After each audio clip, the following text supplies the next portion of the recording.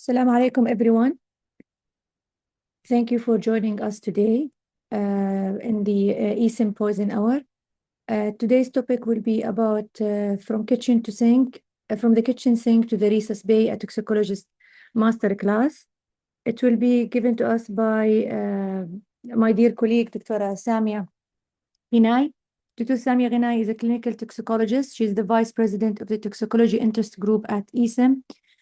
She specialized in both clinical and analytical toxicology, currently serves as a senior poison specialist at the Department of Health in Abu Dhabi. And also she's she's an active member in the Middle East and North Africa Clinical Toxicology Association, MENATOX. She's the active member of the International Association of the Forensic Toxicologists, and she's an active member of the Emirates Medical Society. Dr. 𝗍𝗫 also she's an active and participating member in the Toxicology Fellowship Subcommittee at the National Institute for Health Specialties, NIH, in UAE. And she's a graduate from the University of, she had the postgraduate degree from Specialized Medical Studies in Toxicology in the University of Algiers in Algeria. She leveraged her clinical and analytical expertise to establish evidence-based guidelines, enhance professional training, and advance in the fields through ongoing research. We are lucky to have Dr. 𝗍𝗫 today to share her knowledge with us. Thank you, Dr. 𝗍𝗫.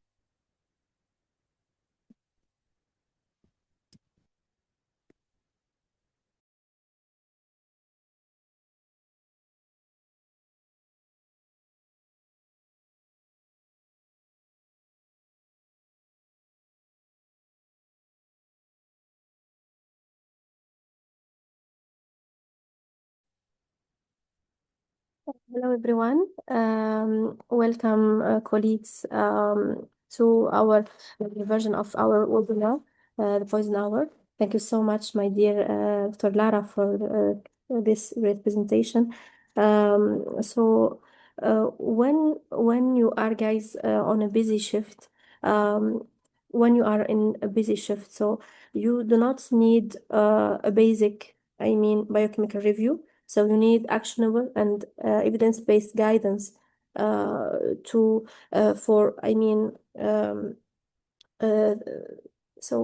the second the patient is there in or rolls through the doors. Today we are going to discuss and focus purely on critical resuscitation decisions and diagnostic pitfalls regarding the survival when household products become lethal. So the modern, starting from an overview of the statistics. So recently, all changes that we have more than 90% of toxic exposures occur in residence. That is the main reason why we are mentioning as household products, and you need to note that even drugs, medications are considered as household when they are used there. However, our lecture will not consider that part. So we are most focused on cleaning products, and we will see other categories as well. So we have actually, when we receive a patient, poisoned patient, we need to think what are the circumstances. So in toddlers, it is mainly, as per statistics, mainly the NPDS US data. So the toddlers are between 1 and 3 years are the most affected with this, exposures, and then we have adolescent and adults with intentional exposure and suicidal attempts as well. Regarding the morbidity, so we are seeing actually that caustics and foreign bodies are highly involved in such exposures. While standard pharmaceuticals or medications make up the bulk of our ED volume, however, everyday household chemicals are causing critical morbidity. So these are the cases that demand the airway intervention, surgical team, and also rapid antidotes. we must formally abandon the mentality of pump and dump. This is really, really important. The modern consensus, the latest consensus on that, I mean, ACNT, the American Association of Consensus, is targeted resuscitation. So here, what is, I mean, if we consider that, what is the absolute indication for whole body irrigation in household exposure? So if we think about that, it's not for all patients that we are receiving we will do that. So it's really it's very, I mean, restricted to very specific, I mean, highly toxic medications and specific like toxins. It's not for systematic for every case that we receive. So never for standard household chemicals. The clinical management of poisoned patients is I mean changed actually because we have like many non-specific GI decontamination that the people are using, so non-evidence based, and the type for it, for example, the summum example for that is to use the activated charcoal for caustics. A significant challenge we face even sometimes in the pre-hospital. So you must ask guys explicitly, for the parents, did you try to make them throw up? Yani, if the answer is yes, for example, in hydrocarbon or caustic exposure, your index of suspicion of severe airway compromise must instantly be doubled. This is really important. Mention that we had 2 episodes of vomiting. We had 1 episode of vomiting without information about, is this spontaneous, is this induced? This is really important for exposures, as you know, guys, because now we are like, we had many webinars now until now, the poison hour. So you know that for patients, I mean, the history in toxicology and poisoning is really important, and sometimes it's more helpful than having, I mean, the lab if we are not able to detect the substance itself. Look, so now actually for this patient, look at the vitals. So this patient, what he ingested. So look at the symptoms. So for this patient, he's in respiratory failure. So based on the mother, they mentioned that they anticipated the vomiting. So in hydrocarbon, this is like a fatal error if we do that. So arriving to the hydrocarbons. So hydrocarbons exposure, they include petroleum distillate, halogenated solvents, and essential oils. So these are actually having the similar properties.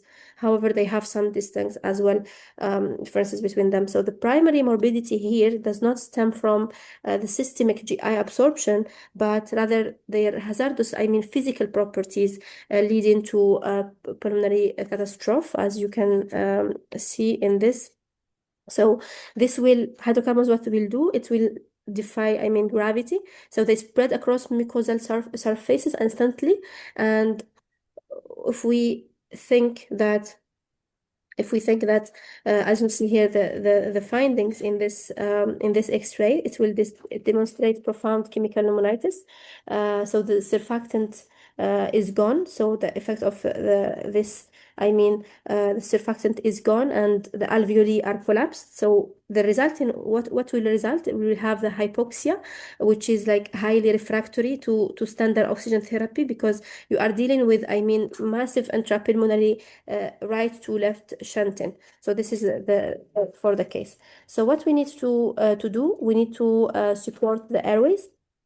We need with positive pressure. So we need to treat this patient, and we need to notice that there is a cardiac, I mean, in the management for this patient, we need so we need to treat supportively, and we need to think how we do with this patient. So if a patient coughed, had coughing before presentation, or he's persistently coughing, you need guys to check the chest X-ray to have this threshold for pneumonitis, chemical pneumonitis, and you need to repeat it at 6 hours mark, because it's the first chest X-ray will not show, it's only the baseline, will not show findings. It will take time to be clear. And we also like the thinking that discharge criteria should be all investigations are clear, and also with advice to the parents to continue observation for 24 hours after exposure. If there is any rebound symptoms, they should come back. For symptomatic patients, we need to treat and we need to admit for sure for a treatment. However, I wanted to mention something before going there. So I wanted to mention that we think, so we have actually for hydrocarbons, it's not only this risk, we have even the risk, the systemic risk, that so for this patient, a systemic risk where we can have we can name it the sensitivity, myocardial sensitivity. And what we will have for this point, we will have, this is mainly for the halogenated and aromatic, so not all the solvents are causing this issue. So for this patient, if guys you give epinephrine, so you are adding a layer to that sensitivity and you are causing these arrhythmias. That's why we can recommend, if treatment is needed, you can guys use beta blockers and to treat this patient. So symptoms, guys, can be delayed, and a symptomatic child at 1 hour can be in severe distress by hour 5. That's why we need guys to have this 6-hour observation rule with a serial imaging. This is really something mandatory for these exposures if a patient have cough initially, especially if have any symptoms initially and they induce vomiting, and because symptoms of chemical pneumonitis can be delayed, so we need this 6-hour interval.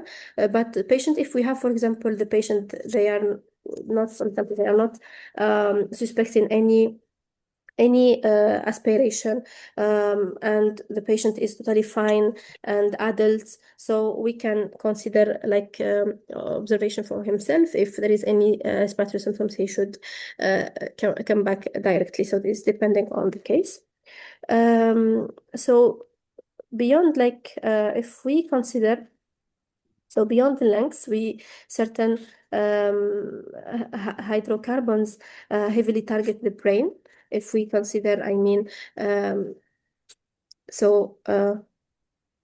if we consider like if we consider 1 second. So if we consider the sniffing syndrome, because not always, we are not having always like the same circumstances. We are not always having the patient with accidental exposure. That's why we should consider that if we have the patient having like a sniffing the substance, we can have, triggering the cardiac arrest, which is the fatal outcome. However, when we arrive to this patient, another case of intentional, exposure, we can consider, like, you can see here the vitals. So this patient took from the drain opener. So this is a different category than what we discussed earlier. So for this, just I want to confirm, can you see my screen?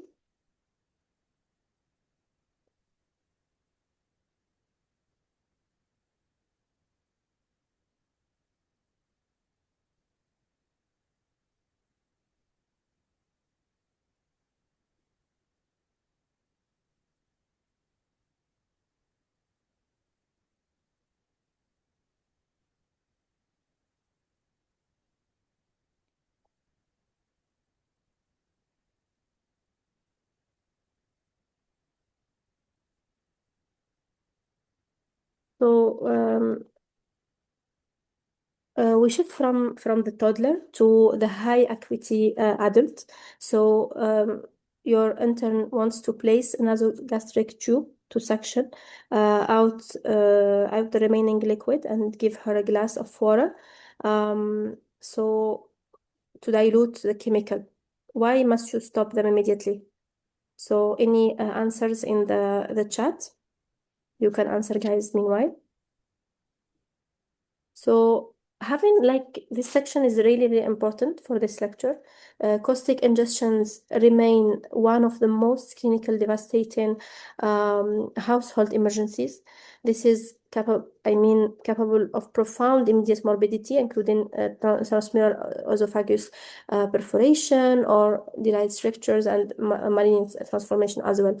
So here we have some, the severity is as per the pH. It depends on the volume, contact time, concentration. This is all, and even the different ingredient and concentration of the agent.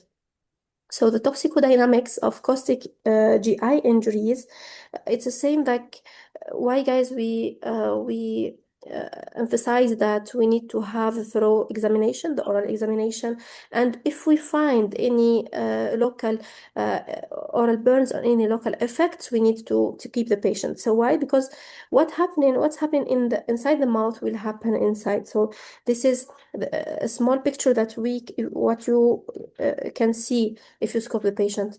So we have actually two different mechanisms. We have it depends on the specific pH, which give us the physiological destruction pathway.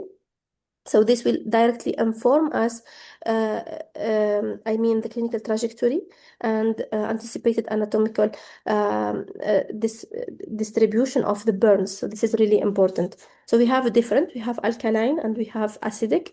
So alkaline ingestion are relentless, so because they undergo liquefaction or liquefactive necrosis, so there is no structural barrier to halt the progression of this, of the chemical burn, leading to catastrophic full thickness esophagus necrosis if concentrations are sufficiently high. So alkalis melt the tissue and the acids will burn the tissue. So alkalis are generally more dangerous in the esophagus because liquefaction necrosis has no stopping point until it hits the mediastinum. So for these guys, we don't dilute, we don't neutralize. This is really harmful. And while the acids here, they create, protective scar. So this is, if we have the product highly concentrated, it will still, precipitate transmural injury. So crucially, the rapid transit means the primary site, of severe anatomical destruction is often the stomach rather than the esophagus, leading to delayed gastric outlet obstruction. When you hear stridor in the caustic ingestion, the airway is closing rapidly. So why, when we think about these cases, so we should think that for example, the succinylcholine relatively, this is, why it is contraindicated in late presenting severe caustic burns, because when we have massive cellular necrosis releases, massive amount of intracellular potassium. So the depolarizing agent could trigger fatal hyperkalemia. This is one of the things that for the treatment, and the management generally is with multidisciplinary team for sure. And the fundamental tenet of acute caustic management is airway protection and hemodynamic stability. That because we have this, the patient is there, and like the silent period or latent period is really, really dangerous. So we must actively avoid, historical remedies. They dilute the milk. I mean, they dilute the exposure with milk, with water. Or for example, attempting any chemical neutralization, or this is all will exponentially increase tissue damage and mortality. So one thing you need to do initially is to give the antiemetic prophylactically. Even the patient is not vomiting, you need to avoid that, because doing like vomiting is re-exposing the esophagus, re-exposing the esophagus with the substance again another time. So this is really harmful. Now, the question that I receive often is about, endoscopy. So why this gastro team, they are not accepting my patient, why they are not scoping the patient now, and we feel ourselves like stressed, we need to do that. But guys, the guidelines from the World Society of Emergency Surgery, they mandate this specific 12 to 24 hours. This is really the window that, the golden window for that such action.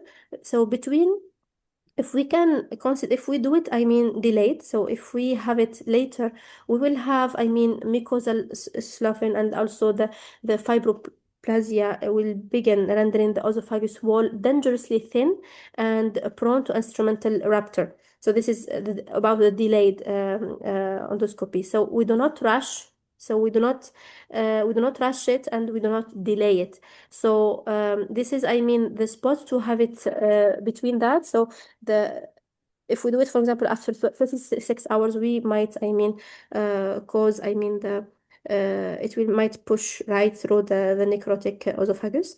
Early on, it will not show as well.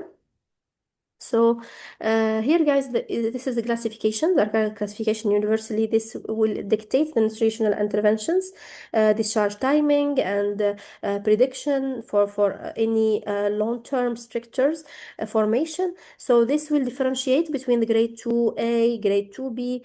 So the difference between them is the critical inflection point for long-term morbidity prediction.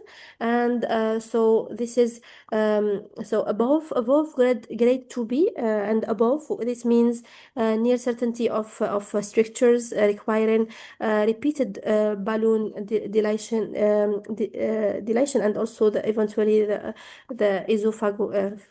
esophagectomy. So this is, about the severity and the prediction for the, any long-term issues. Here about this gradient system. So this is, limited by its inability to assess, transmural involvement. So to identify impending perforation and involvement. So if we can find the grade 3 to 5, this is, findings correlate strongly with inevitable need for urgent surgery. So the chronic management of caustic ingestions is lifelong. Evidence demonstrated. So we have this, the question, recurrent question that we have regarding the steroids. So evidence demonstrated that it will not alter fibroplasia. So this is, we don't need it in the ED. We don't start with it. We don't start with antibiotic as well. So this is like one thing. Furthermore, so the risk, we have the other risk. So before going to that, so if we discuss the steroids, so there is recent trials. So what they found as per the studies that short-term therapy, not long-term, short-term therapy restricted to few days. So this is, short-term. This is only if you have, for example, 2B grade. This is as treatment. It will help for the outcome for these patients as treatment. So this is after the endoscopy and after the diagnosis. This is not something that we do prophylactically to alter, fibroplasia. The other issue is the Marinian transformation, which is, so we have this risk of developing squamous cell carcinoma decades after the initial, encapsulation district, or any, like, this will need, the follow-ups for these patients. Here we have a different we have a different caustic. This is one of the caustics if these people, they had it at home. So this is for a patient. So if a patient comes in and screaming in pain, but their hand looks perfectly normal, so you must immediately ask if they were using rust removers or aluminum brighteners. So if they use that, you should know that it's hydrofluoric acid, and hydrofluoric acid is having like the pain will be very significant, and the findings, you will not see that. I mean, you don't see the burn initially. Why? Because it will act actually like a vacuum. What it will do, so it will suck the calcium. It will be sucking the calcium out of the cells, and why we must use why must we use calcium gluconate and never calcium chloride for peripheric hydrofluoric acid burns? So we need to give. Yeah, sure. I'm like, it's 12:30. Excuse me, can you please Okay, I'll be there in like can 5 you minutes. please mute the participants? Hello?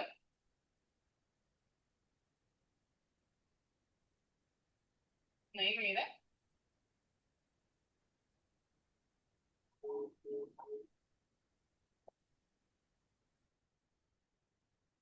So we continue.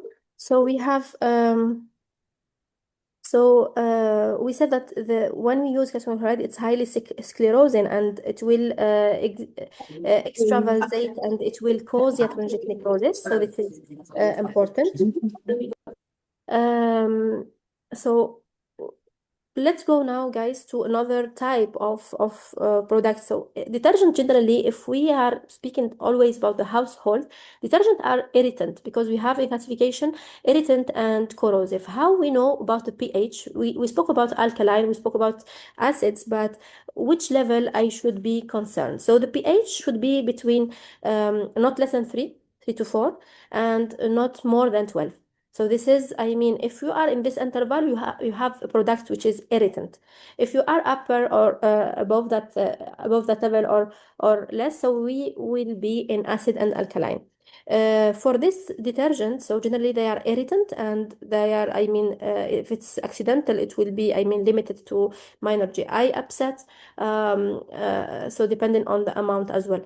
However, so we have another risk, which is the foam formation. If someone took from detergent and with the traditional remedy of giving too much oral liquids, this may cause the foam formation, and the foam can cause aspiration as well. So this is important. Another point, which is the pods.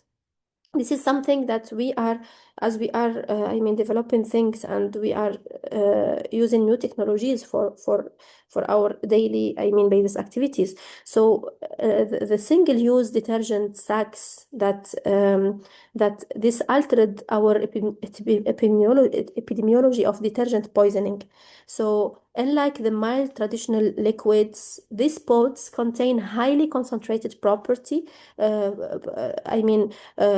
proprietary chemical which payloads are encased in a pressurized and water-soluble membrane. So this will cause for us, so when a child bites a pod, the resulting explosive projection drives highly viscous and irritating surfactant directly into the posterior oropharynx. This is the issue. So this precipitates intense and intractable vomiting and marked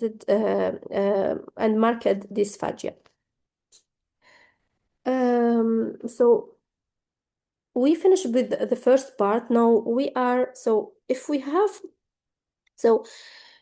have at home if you use the bottom battery, and the missing bottom battery is a toxidrome, is a surgical emergency, and this is a ticking clock all rolled into one. So time is issue or for this presentations. The moment this child hits triage, your clock starts. So we need to know where is it, what are the symptoms, what was the time of ingestion, and you start your imaging. So while 80% of ingested objects pass spontaneously, specific modern foreign bodies, bottom battery, high-powered magnets, and water beads, these all harbor the potential for rapid and catastrophic morbidity requiring highly specialized interventional triage. So we need to be cautious for such exposures. So understanding the mechanism is a key. So it is not leak in battery acid. So here it's different. The electrical current, splits water to create a highly concentrated pool of sodium hydroxide directly against the esophageal wall. So it will use the esophageal wall as, to do this electrical current. So if we consider that, so in the worldwide, they are tending to miniaturize electronics. This has caused this exponential rise of these cases. So using this, I know that we have, the protective packaging for these. So when we buy it, we need to cut it. This is all done because of this, exposures for children to this compound. That's why it's always, like you can see, that it's always having difficult packaging to open. However, the existence of this electronics, this caused, a rise of in these cases, and an impacted battery must be extracted within 2 hours to prevent fatal complications like esophageal fistula and also tracheoesophageal fistula as well. So aorta or tracheo. How this works, so contrary to popular belief, so intact batteries do not leak acid. It will not put acid inside. So this, they generate an intense electrolytic current, as I said, and the rapid generation of the ions, this will create the highly localized, I can hear her. alkaline burn that dissolve the tissue. So look for the double ring here in this, imaging. So on the lateral view, which side of the battery causes the most severe necrosis? What do you think? So you can answer in the chat. Which side? Is it the positive or the negative? You can answer in the chat, please. So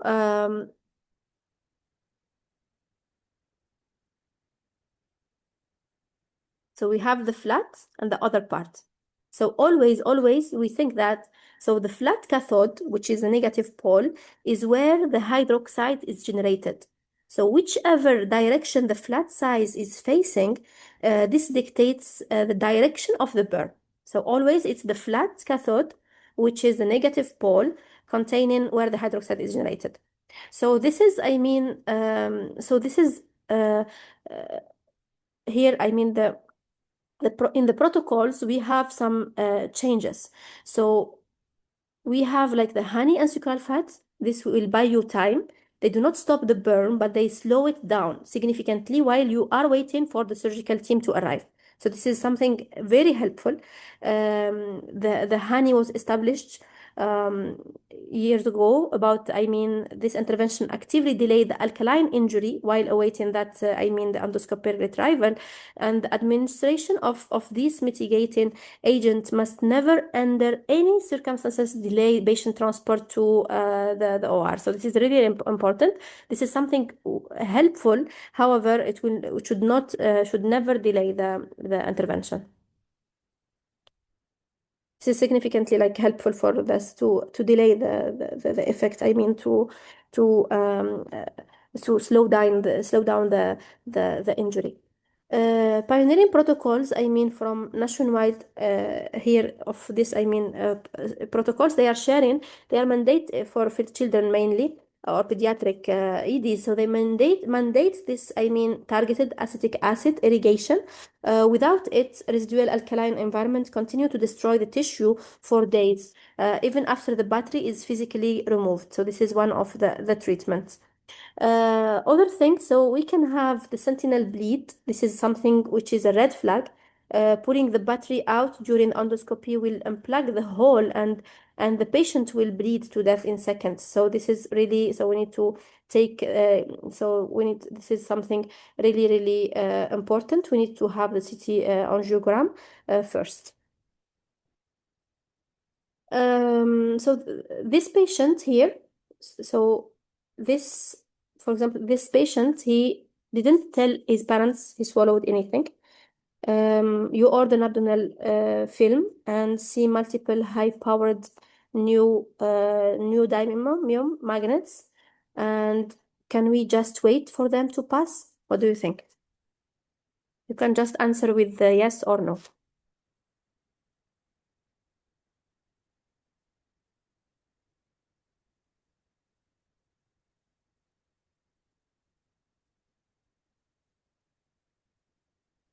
Should we wait for them to pass, just to pass, yes or no?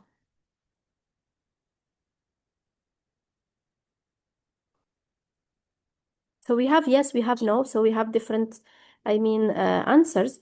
So let me continue. So you will have the response in seconds. So magnets, guys, it pose a unique mechanical threat. This is distinct from chemical poisoning. It's distinct than the bottom battery. So a single magnet, it may transit benignly. So the patient, if he took one, okay, you can wait. So this is the answer for this question. If one only, you can wait. However, if he took multiple magnets, this will trap bowel walls. So if you have two, so as you know, the magnet, and even, guys, it's not about two magnets. It can be, for example, one magnet, one coin, one magnet and another metallic part. So any two things that can trap, together, it will trap the bowel walls and cause harm. So we need to have the removal. So urgent endoscopical or surgical removal is universally required for multiple magnets, some symptomatic patient or not. And I emphasizing that it's not only between two magnets. One magnet and another metallic part is also indication for removal. So here, another case, different case. So you suspect a water bead ingestion, but the X-ray is perfectly normal. Have you ruled out the ingestion? Any answer? You can answer with yes or no. You have this patient, a 10-month-old female, and we have, we suspect water beads ingestion. So the question is, have you ruled out the ingestion if your chest X-ray, not the abdomen X-ray is perfectly normal? Yes or no? No. Excellent.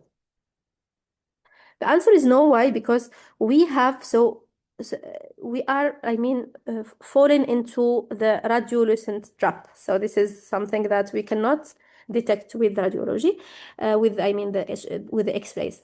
Water beads represent an increasingly prevalent mechanical hazard. This is something very harmful, and as they expand slowly over days, they lodge in the jejunum or ileum, and then they cause complete small bowel obstruction. So the diagnosis pitfall is their invisibility on standard radiography, as we said. However, I want to mention something really, really important, which is if your water beads, guys, are fully expanded, you will consider them as plastic foreign body, which we will consider only like the 16 millimeter if it's low, if it can pass the pupillar and the it can pass into the stool. So this is not something not harmful, and we'll just wait for that. However, if it's not fully expanded, it's like as you see in the photo or less. So we think about this expansion that can happen inside and causing this mechanical hazard. Essential oils. So this is this is a different hazard for this lecture and then for this webinar. So they are heavily marketed as safe. This is the issue with natural compound. We will say it's natural, it's something pure, it's something not harmful, but essential oils are, many of them, especially camphor, are highly concentrated toxins. So why, so I have a question here. So why is given activated charcoal to this child, post-ictal child, is a terrible idea?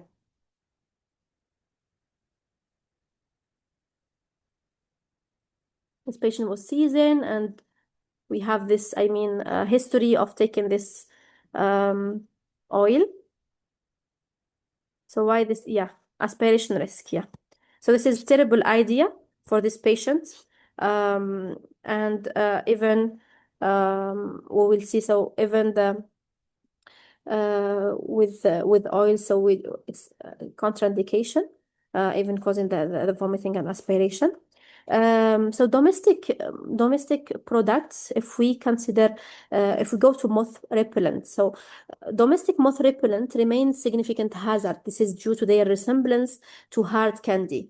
My daughter, like a few days ago, she was telling me, "Mama, buy me this candy." So this is something very, I mean, in the market. So this is something very, I mean, colorful, and I mean, if kids are like willing to take it once they found it at home.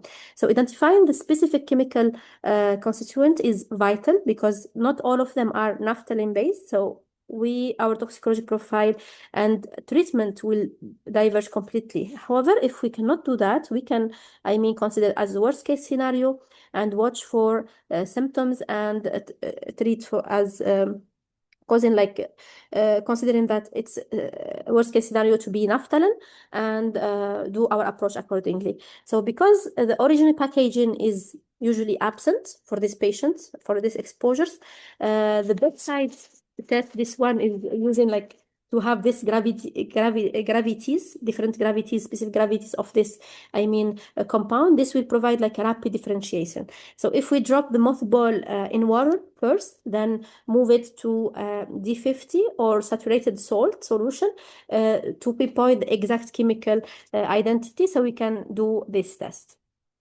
However, for the treatment, if we don't do that and considering, so we have, for example, for the camphor is different. So we have the risk of seizure. This is highly lipophilic. It will cross directly the I mean, GI mucosa, and then blood-brain barrier, and then this is really rapid, and then it may cause seizures in 10 to 20 minutes. Like the patient maybe will not arrive only after in post-ictal status. This is so this is the issue with this one. So we should think that we should treat the patient with I mean, with benzos. And mainly this is the seizures comes from direct antagonism of the GABA receptor. So we should give GABA agonist to fix this specific deficit. So this is so not only symptomatic, but even it's mechanism-based treatment. The naphthalene, it's naphthalene is inducing a devastating delayed hematological pathologies. So this delayed onset, it's usually delayed. However, what we need to think? We need to think that for this patient, I should not go directly to the admission only if I have, for example, GCSPD deficiency. For this patient, I should admit, or symptomatic or confirmed hemolysis. So this, at this point, for sure, I should admit. However, if the patient is totally asymptomatic, or the history, for example, they are only suspected. So at this point, it's something like it's one of the products highly toxic. One ball can or less can kill a patient, a small child. So what we need to do for the naphthalene? So we need to for this patient, we need to observe for 6 hours and send our basic labs. We need to check the methemoglobinemia in co-oximetry. We need to check the CBC for any hemolysis. We check urine analysis as well for hemolysis as well. So for, I mean, for any signs of that. So when we check this 3, and then the patient, if the patient is totally asymptomatic at 6 hours, no hemolysis evidence, we can discharge the patient, but if the parents can observe the child at home, observation of 24 hours, and they should come back, or they must come back after 24 hours from the exposure. Why? To repeat the CBC, because there is a risk of delayed hemolysis. So to repeat the CBC at 24 hours is all is fine. They should also continue observation at home for another 24 hours for any symptoms of hemolysis. So this is what we want to mention here. So the methemoglobinemia, this is the risk of this patient plus the hemolysis, and patients with deficiency, they are particularly profound risk of G6PD deficiency. They are having profound risk because they lack the innate glutathione regeneration capabilities required to neutralize this specific oxidative attack. I show you here for the treatment. I show you. So the methylene blue is antidote. However, if the patient is having this deficiency, G6PD deficiency, it will not be effective. So this is one of the contraindication because that patient lacks necessary NAD pH, and this can, if you give methylene blue to this patient, you can induce the masses hemolysis, and you will induce the methemoglobinemia with methylene blue. So this patient require different treatments, exchange transfusions, or high-dose ascorbic acid, or NAC, or different treatments. Camphor, for camphor, it's something, as we said, the seizure, it's based on the seizure control, and this is dangerous mainly for children, and not only the children, because I mean we can have it even inhalation abuse behaviors in psych patients and adolescents. So we now we arrived at the I will add only a few minutes before giving you guys time to Dr. Lara, if you allow me to add a few minutes, just I finished the principal categories. Now I wanted to share with you only a few insights. So we have, this is only a reminder. I'm sure that we spoke about this before in the previous webinars. So the trials done for the GI, emptying, or so that pushing, the tube blindly down in esophagus does not yield meaningful toxin retrieval, but it does reliably cause aspiration and trauma. In household ingestion, it is an absolute contraindication to do such thing. So this is, gastric lavage. Unfortunately, this is, until nowadays, people are still doing that. So this should not be at all something routine, or this is harmful more than beneficial. And then other thing that I want to share is the so this is, this was in Anderson's team. They took children with proven corrosive injury, and they randomized them. The stricter rates were identical, and the steroid group has higher rates of masked infections and delayed healing. So you may use short course, as I told you, for any, for example, airway edema, or later on after, as per another trial, after a diagnosis, not initially. So this paper this paper revolutionized our field, because they placed live bottom battery into esophagus of live pigs. From this one, we got, guys, the mechanism of exposure, and this helped us to find the treatment as well. So saline here did nothing, and honey and sucralfate, as we shared before, significantly reduced deep muscle necrosis. This is in pigs, and then this trial was the exact reason of our protocol change. And here I arrived to the end. I have this 4 questions. You can, guys, answer in the chat these 4 questions, and also feel free also to give us your questions or feedback. I can start with the first question. Dr. Lara, you can join the discussion. So the first question. So we have you can see, so 4-year-old ingests a liquid household pesticide. He presented with bronchoria, bradycardia, and pinpoint pupil. You administer atropine. What is the clinical point of atropine dosing? This is something that you saw before. This is not related directly to this lecture.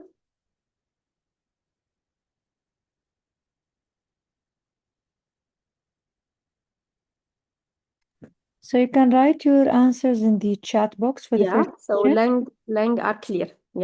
Resolving bronchoria. Yes. The other question, it's related to this mothball. So methylene blue is strictly contraindicated in 𝗘𝗦𝗃 so when you manage the naphthalene ball ingestion, methemoglobin level is 35%. The patient has no 𝗘𝗦𝗃𝗃𝗃 deficiency. What is your alternative antidote therapy? How will you treat this patient? Vitamin C, okay, high dose. You can even use the exchange transfusion. I have another question, guys, for this question too. What's the level of methemoglobin level? I mean, at what level you will treat if the patient is not 𝗘𝗦𝗃𝗃𝗃 deficient? No, he's having his normal 𝗘𝗦𝗃𝗃 enzyme. And at which level of methemoglobin you will treat? At which level?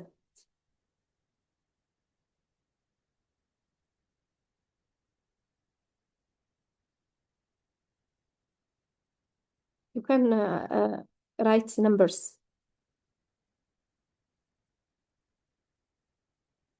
30%, yeah. Any other details or 30%? It's a correct 30%. We have another, we have another level we can use if we have symptoms. Because 30% you can use it even if the patient is asymptomatic, you should treat. And the other level is 20. Yeah, excellent. 20% if you have symptoms and 30% regardless the symptoms. We can go to the other slide. We have another question. So the patient presents with intentional ingestion of hydrochloric acid. They are hemodynamically stable. Which imaging modality is contraindicated in the first 48 hours? This is something make you think. So this is it's depending on the contrast. So we have the barium contrast is contraindicated because of microperforation. Barium will cause a catastrophic chemical mediastintis, and so this is something that we should not do. The other question here, it's about plants. I'm sure maybe some of you are interested in plants, so maybe it's something that we can give it in future, webinars. So if you are interested in plants, just write in the chat. You are interested to this, field. So the question is, 𝗪𝗿𝗂𝗪, it contains, so what this patient of 2-year-old, he chose this, the household plant, and he came in drooling and unable to swallow. So what is the mechanism of injury and appropriate ED treatment?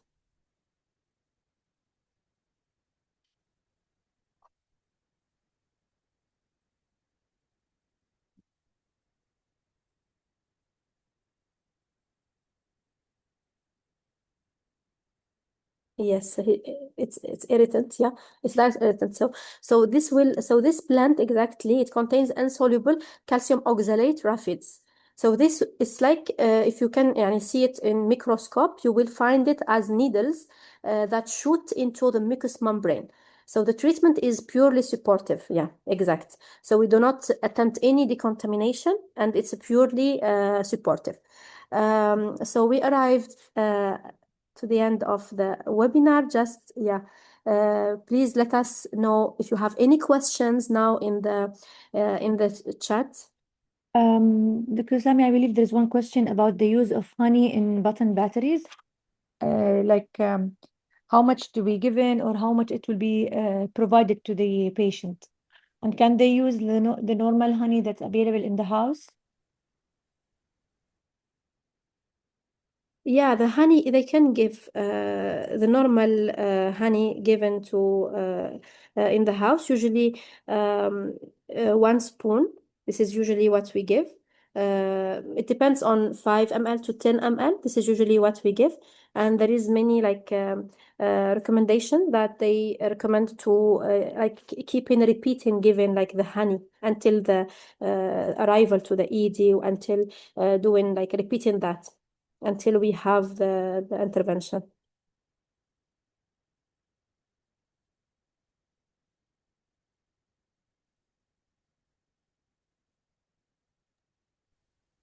Thank you, Dr. Samia.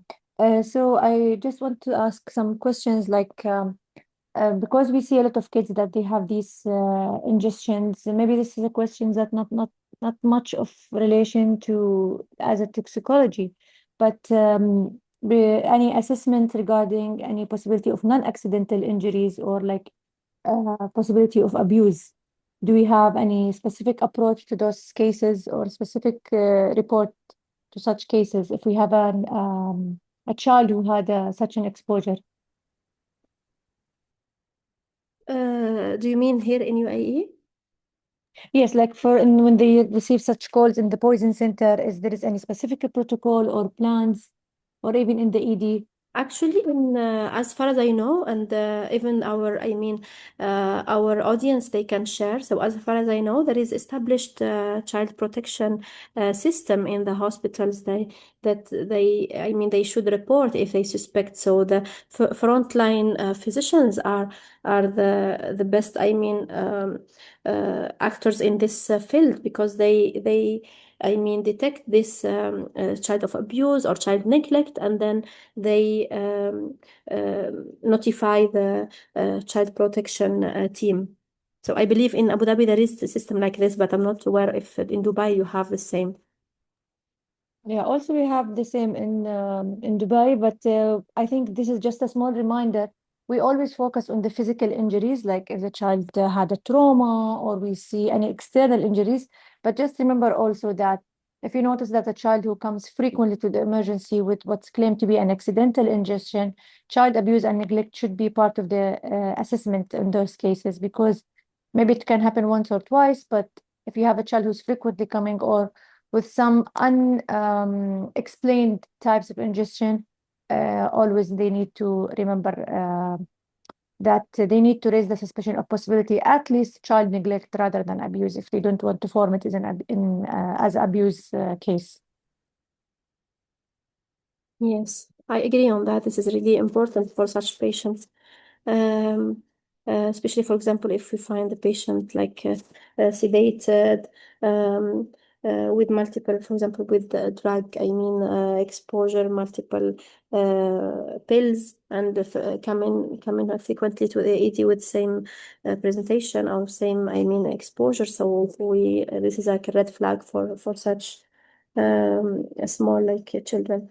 Another thing I would like to share regarding when we mentioned about the foreign body thing, guys, as I told you guys, like you need to think about the time of exposure, because having the patient after 12 hours is not the same like having him before 12 hours. So this will help you guide you on foreign body, where it's located in the GI tract. This is, will limit your possibilities. This will also orient your management. So the time of ingestion is important. Even for the honey, if we give the honey, we need to be in the 12 first hours, not delayed. And also some resources, they mentioned that you can give up to 6 doses. You can keep given to the patient, depending on how often he can accept the honey, repeatedly every 10 minutes or 15 minutes, 20 minutes, depending on the child, if he's accepting that. And you can give repeatedly up to 6, or depending if it's an adult, you can give more. And then we have also the imaging. So this is a multidisciplinary team that will help you on that treatment. We have, I think, another question. Yeah, this is a good comment, Dr. Fatima. So in the ED, if we suspect abnormality, the tox screen is helpful. So I hope that you are, referring to the paracetamol, salicylate. So if the patient is inebriated or sedated, we can also try, to send for the ethanol. Regarding the urine drug screen, actually, it's helpful. However, it's not something very specific. I would go for the comprehensive drug screen better, which is with the chromatography, which should be sent for sure outside the hospital. It's not something available in most hospitals here. The urine drug screen that they do is the immunoassay, which is something we do as preliminary tests, as you can name it, orientation test that will just guide you. If it's positive, you can do the confirmation, because even if it's positive, maybe it's false positive to another product, antibiotic or something that the patient is taking, and it's falsely positive. And you need to know that it's sometimes given false negative if patient, for example, took the drug long time ago and he came in with very small, concentration in the blood, in the urine, sorry, it's the urine. It's a very small concentration. It will be less than the cutoff of urine drug screen immunoassay, and it will be not detected, and it will be false negative. So this is something that I want to add about the tox screen. Thank you, Dr. Fatima.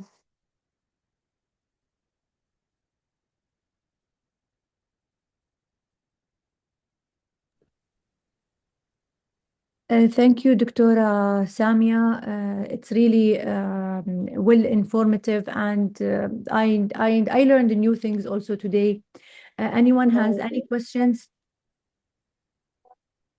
before we conclude today? Thank you so much, my dear. Thank you. I would like, I hope that even the audience got new things and enjoyed the webinar. I hope that you can spread the word to your colleagues to join us in the next webinar next month.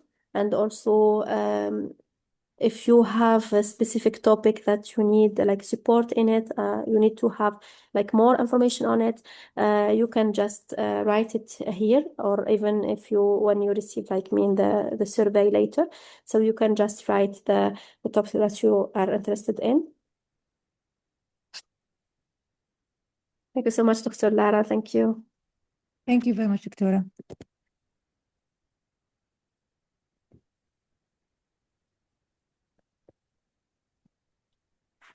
Okay, thank you, Dr. Samia, again, and thank you for everyone who attended. You are free to share any questions through the survey, and hope to see you the next month in the next Poison Hour.